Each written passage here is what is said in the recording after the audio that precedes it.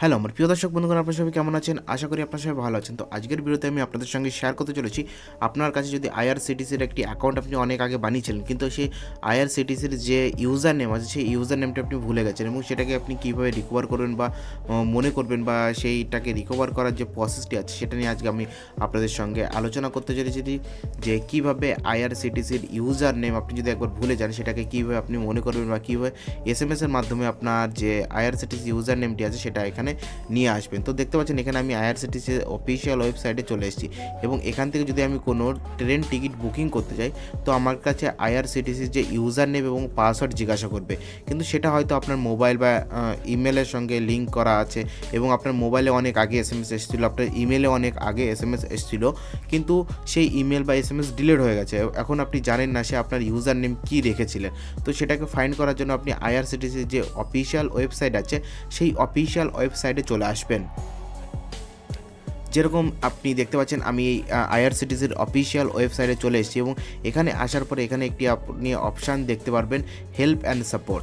এই help and সাপোর্টের উপর আপনি যখনই ক্লিক করবেন আপনি যে মোবাইল নাম্বারটি দিয়ে এখানে রেজিস্ট্রেশন করেছিলেন সেই মোবাইল নাম্বারটি এখানে টাইপ করবেন, বা আপনি যদি মোবাইল নাম্বারটি মনে না থাকে তো আপনি এখানে সেই ইমেল আইডিতে সাবমিট বাটনের উপর প্রেস করবেন। তো ধরুন আমি এখানে একটা মোবাইল নাম্বার দিয়ে এখানে রেজিস্ট্রেশন করেছিলাম, সেই মোবাইল নাম্বারটি এখানে দেবো। তো সেই মোবাইলটি দিয়ে আমি এখানে সাবমিট করলাম। তো আমাদের যে মোবাইল নাম্বারটি এখানে দিলাম সেই মোবাইল নাম্বারে একটি ওটিপি আসবে, সেই ওটিপিটিকে আমাকে এখানে ফিল করতে হবে।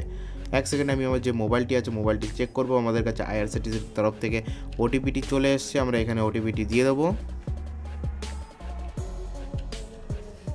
তো ওটিপি দেওয়ার পর আমরা এখানে ভেরিফাই বাটনের উপর প্রেস করব। তো দেখতে পাচ্ছেন এখানে আমাদের যে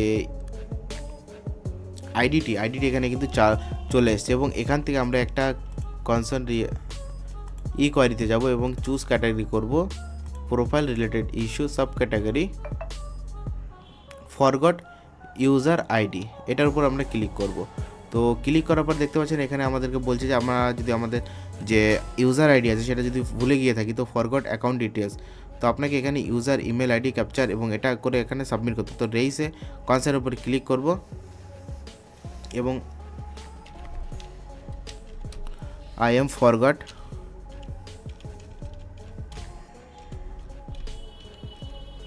ইউজার আইডি লিখে এখানে আমরা সাবমিট করব।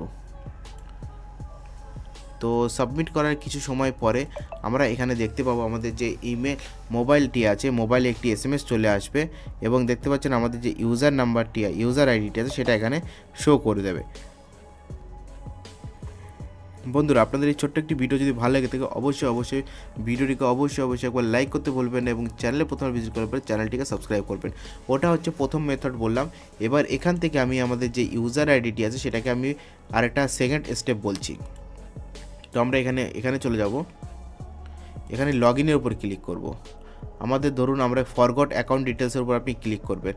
তো এটা আপনি হয়তো এখানে আপনার যে ইউজার আইডি বা ইমেল আইডি হয়তো আপনার মনে নেই, তো সেটার জন্য আপনি ওখানে ফরগটের উপর ক্লিক করলে পরে আপনার কাছে এসএমএস চলে আসবে, সেই ইউজার আইডিটি এখানে ফিল করলে পরে আপনি আপনার যে ইউজার এসএমএসের মাধ্যমে আসবে সেটা এখানে ফিল করে আপনি এখানে ক্যাপচার বাটন ফিল করে ফরগট পাসওয়ার্ড করে কিন্তু করতে পারবেন। তো ফরগট অ্যাকাউন্ট ডিটেলসের উপর ক্লিক করে আপনাকে এখানে ইউজার নেম কিন্তু দিতে হবে। তো ইউজার নেম মাস্ট আপনার জানা থাকতে হবে, তবে আপনি এটা করতে পারেন। বন্ধুরা, ভিডিওটি ভালো লাগলে অবশ্যই ভিডিওকে লাইক করতে বলবেন না, চ্যানেল প্রথম চ্যানেলটিকে সাবস্ক্রাইব করবেন। ভিডিওটি দেখার জন্য অসংখ্য ধন্যবাদ। আপনাদের দিনটি শুভ হোক এই কামনার সাথে ভিডিওকে শেষ করছি। ভালো থাকবেন।